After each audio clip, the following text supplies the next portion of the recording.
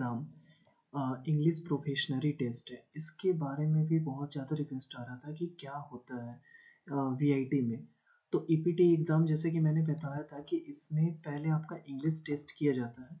यदि इंग्लिश आपका बेटर होता है, यदि इंग्लिश आपका बेटर होगा, देन आफ्टर आपको दूसरी लैंग्वेजेस करने का ऑप्शन दिया जाता है, जैसे कि जर्मन या फिर फ्रेंच। ये 2 ऑप्शन मिलता है आपको करने के लिए, लेकिन ये डिसाइड करता है वीआईटी, या आप अपने से नहीं चूज़ कर सकते। ये आपका इंग्लिश का मार्क्स ईपीटी एग्ज़ाम के बाद डिसाइड होता है और ऑटोमैटिकली एलोकेट होता है ये चीज़, जर्मन या फ्रेंच। देन ईपीटी टेस्ट में क्या किस टाइप के क्वेश्चंस को पूछे जाते हैं?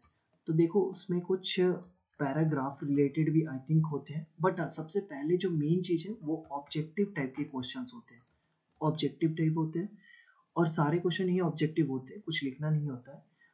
एक वेबसाइट वीआईटी की तरफ से दिया जाएगा, उस पे जाके ये सब चीज़ें करनी रहती हैं। और इसमें जो मेन सेक्शन होता है वो ग्रामर की होती है, ठीक है? और जो जनरल इंग्लिश जो हम लोग जानते हैं ना, कि मतलब पैराफ्रेजिंग वगैरह करना, एक वो सब चीज़ों का रहता है। लाइक फ्रेज वगैरह करना या फिर एरर फाइंड करना, कुछ इस टाइप के क्वेश्चंस इसमें अवेलेबल होते हैं। तो ये इसका कोई हार्ड एंड फास्ट रूल नहीं है। इंग्लिश प्रोफेशनरी टेस्ट का सिंपल मीन्स ये है कि यहाँ पे इंग्लिश को जज किया जाएगा। आपका इंग्लिश से रिलेटेड ही एग्जाम होगा। तो बेसिकली इंग्लिश में जो भी इंग्लिश ग्रामर आते हैं उन्हीं को लेके। तो अब बात करते हैं कि क्या ये इसमें पास होना सही है या गलत है। ये क्वेश्चन थोड़ा अटपटा लगेगा, बट जरा ध्यान से सोचना। बहुतों को अभी भी यहाँ पे मेरे हिसाब से ऐसे लोग होंगे जिनको इंग्लिश में कॉन्फिडेंस नहीं होगा। They don't have confidence in English like me.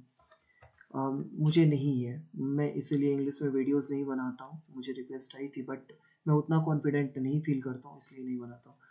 तो इंग्लिश में कॉन्फिडेंस यदि उसको नहीं है और उसने मान लो कि उसे क्वेश्चंस आते हैं, तो ये बेटर है कि वो फेल कर जाए। जानबूझ के वो क्वेश्चंस को नहीं अटेम्प्ट करे और फेल कर जाए, ताकि उसको लैंग्वेज में इंग्लिश पढ़ने के लिए मिले और वो इंग्लिश अपना स्ट्रॉन्ग करे।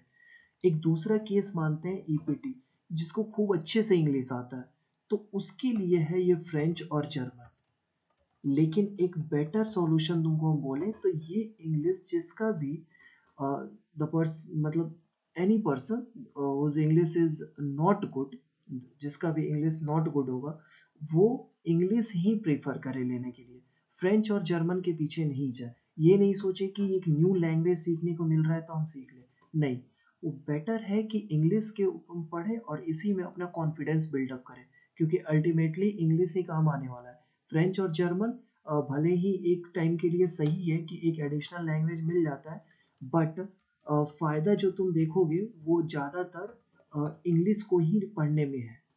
तो ये बेहतर है कि इसमें फेल करना है या पास करना है, ये तुम्हारे ऊपर डिपेंड करता है। क्योंकि इसमें तुम चाहो तो जानबूझ के फेल भी हो सकते हो। इवन हम लोग के केस में हम लोग जानबूझ के फेल हुए थे, ताकि हमें इंग्लिश पढ़ने को मिले।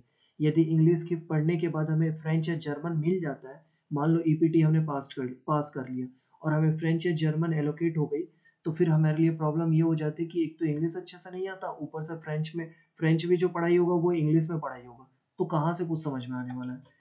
अब दूसरा चीज़ ये रहता है कि भैया फ्रेंच में मिले तो ये कौन-सा बेहतर है, फ्रेंच या जर्मन लेना बेहतर है या नहीं? तो देखो, इसमें तुमको ना 4 मंथ का टाइम देता है सीखने के लिए वीआईटी। 4 मंथ में तुम स्पीकिंग, ट्रस्ट मानो, ये मेरे और मेरे फ्रेंड्स का ये एक बोल सकते हैं, तुम स्पीकिंग नहीं सीख सकते हो 4 मंथ में किसी एक न्यू लैंग्वेज को। अब इसको हम एक और एग्जांपल देते हैं। फॉर एग्जांपल समझो एक बच्चा है जिसको अभी हिंदी बोलने नहीं आता है। फॉर एग्जांपल हिंदी या इंग्लिश नहीं बोलने आता है। उसने आज तक ये सुना नहीं है कि हिंदी इंग्लिश होता क्या है।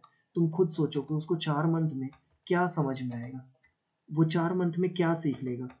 सेम उसी तरीके से तुमने जर्मन और फ्रेंच के बारे में कुछ नहीं सीखा हुआ है। कुछ एक वर्ड हेलो तक नहीं जानते हो कि कैसे बोलना है। तो 4 मंथ में जब तुम्हारे ऊपर सब्जेक्ट का प्रेशर रहेगा, तो तुम कैसे इस चीज़ को पार करोगे? तो बेहतर है मेरे हिसाब से, मेरे अकॉर्डिंग इंग्लिश में जाओ।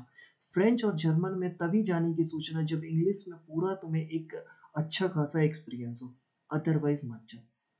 ये मेरा सजेशन है, ये रिकमेंडेशन है, ये ज़रूरी नहीं है। बस दैट्स ऑल फॉर इट।